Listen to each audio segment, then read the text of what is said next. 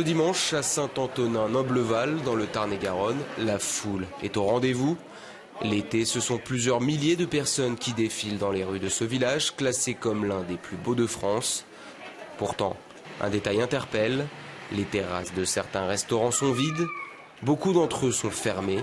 Tous ces établissements affichent un macaron vert, zone libre.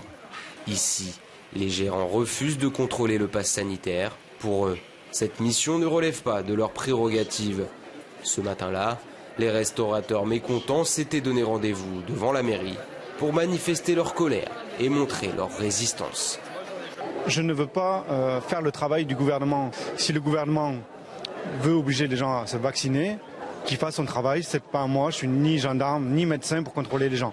Moi, je suis restaurateur. Alors, pour l'instant, ce refus de procéder au contrôle ne nous pose pas de problème. On a eu des contrôles de gendarmerie qui se sont bien déroulés. Et ensuite, c'est ce que je voulais surtout exprimer aujourd'hui, c'est qu'on a un soutien immense de la population. Une décision qui fait débat parmi les habitants de la cité.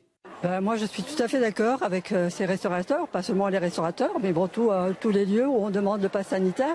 Je trouve que c'est discriminatoire.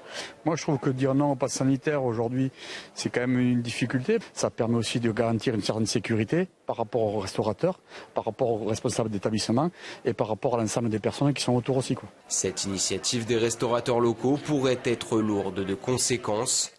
En cas de non-respect du contrôle du pass sanitaire, ils s'exposent à des sanctions qui vont de la simple mise en demeure à 1 an d'emprisonnement et 9 000 € d'amende.